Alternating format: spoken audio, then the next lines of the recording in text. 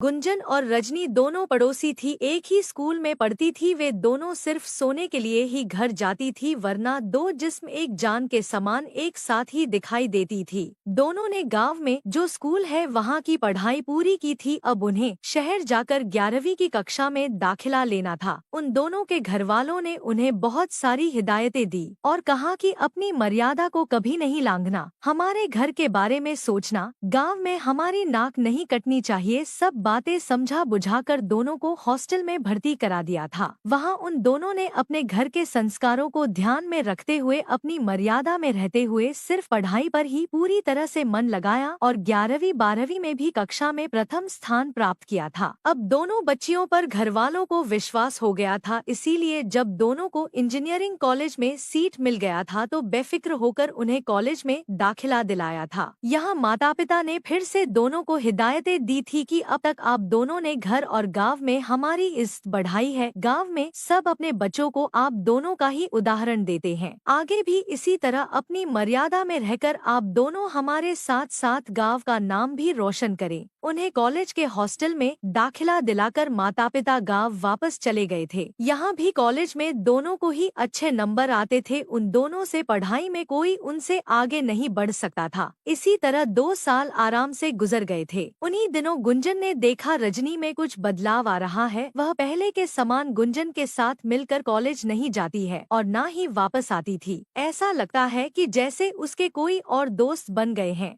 वह आए दिन कॉलेज में क्लासेस भी बंद करने लगी थी। इस बार परीक्षा में भी उसके बहुत ही कम अंक आए थे। गुंजन ने उससे पूछा कि क्या बात है रजनी, ऐसे कौन से दोस्त हैं जिनके कारण तू मुझे भी नजरअंदाज कर रही है, साथ ही कॉलेज में क्लासेस अटेंड नहीं कर पा रही हो। हमारे घर वालों की मान मर्यादा के बारे में भी नहीं सोचा है। कितना विश्वास है उन्हें हम दोनों पर और तुझे घर वालों की फिक्र ही नहीं है। कल तेरे पिताजी आए थे, किसी तरह मैंने उन्हें समझाकर वापस भेज दिया था। रजनी ने कहा, अरे गुंजन, तू तो मेरे पीछे पड़ गई है। मुझे समझ में नहीं आ रहा है कि तुम्हें मुझसे क्या तकलीफ हो रही है। घर वालों की मर्यादा, सम्मान, इन सब की फिक्र तू कर, मुझे मत पका। और रही पढ़ाई की बात, वह मैं कर लूंगी। तुम तो अपनी पढ़ाई कर रही हो ना, बस आगे से मेरे मामलों में दखलंदाजी नहीं करना, समझ गई है ना। कहते हुए वहाँ से चली गई थी। गुंजन ने उस समय कुछ कहना ठीक नहीं समझा, क्योंकि उसे मालूम था कि रजनी अभी कुछ भी सुनने के मूड में नहीं है। एक बार फिर उसके पिता उससे मिलने आए थे, पर गुंजन ने उसके ग्रुप के प्रैक्टिकल हो रहे हैं, मैं उसे बता दूंगी कि आप आए थे, यह कहकर उन्हें भेज दिया था। माता पिता को कितना विश्वास है हम दोनों पर, और यह रजनी उनसे विश्वासघात कर रही है। उस दिन वह कॉलेज खत्म करके अपने हॉस्टल की तरफ जा रही थी, तब उसने रजनी को एक लड़के के साथ देखा। ध्यान से देखने के बाद उसे याद आया कि यह तो वही राजीव है जो 4 साल की इंजीनियरिंग की पढ़ाई को 7 साल से पढ़ रहा है। 1 साल को 2 साल में पढ़कर पूरा कर रहा है। बड़े बाप का बिगड़ैल बेटा है, लड़कियों को थोड़े दिन घुमा फिरा कर उन्हें छोड़ देता है। उस दिन रजनी रात को 10 बजे रूम को पहुंचती है। आज गुंजन ने सोच लिया था कि वह किसी भी तरह रजनी को समझाएगी। रजनी फ्रेश होकर जैसे ही कमरे में पहुंचती है, गुंजन ने उसे आड़े हाथों लिया था। उसने रजनी से कहा, रजनी, मैंने आज तुझे उस राजीव के साथ देखा है, यह तो फेल होकर भी पढ़ रहा है, दौलतमंद बाप का बिगड़ैल बेटा है, लड़कियों को घुमाकर उन्हें फिर छोड़ देता है। तुम उससे दोस्ती कर रही हो, मेरे ख्याल से तो तुम्हें उससे बचकर रहना चाहिए। आजकल कितने तो हादसे हम सुनते और पढ़ते आ रहे हैं। लड़कियों को घुमाने ले जाना और कूल ड्रिंक में नशीली दवा मिलाकर देना और अपने दोस्तों के साथ मिलकर उन लड़कियों का उपयोग करके उन्हें छोड़ देना। तुम हो कि फिर भी उस बदतमीज लड़के के साथ मिलकर घूम रही हो। रजनी ने कहा, बस कर गुंजन, कुछ भी बकी जा रही है। वह मुझसे बहुत प्यार करता है, दूसरी लड़कियों से प्यार नहीं करता था, उसने मुझे सब कुछ बताया था। तू मेरी फिक्र मत कर। गुंजन ने कहा, रजनी, कल फिर तेरे पापा आए थे, मैंने किसी तरह से तेरे प्रैक्टिकल चल रहे हैं कहकर उन्हें भेज दिया है, पर मुझे अभी भी लगता है कि तुम गलत कर रही हो। रजनी ने कहा, मैं अपने आप को संभाल लूंगी, राजीव कोई ऐसी वैसी हरकत करेगा ही नहीं, पर तुम्हारी नजर में किया तो मैं सतर्क रहूंगी, ठीक है। गुंजन ने कहा कि सतर्क कैसे रहोगी मेरी सखी, ठीक है, मैं तेरे मोबाइल में शी टीम का नंबर फीड कर रही हूँ, अपने पास रखना, उसे डिलीट नहीं करना तुम्हें तुम्हें मेरी कसम है समझी। रजनी ने कहा कि ठीक है, मैं डिलीट नहीं करूंगी मेरी माँ। अब गुंजन निश्चिंत हो गई थी कि रजनी को बात समझ में आ गई है। उस दिन भी गुंजन कॉलेज खत्म होते ही हमेशा की तरह अपने रूम में आ गई थी।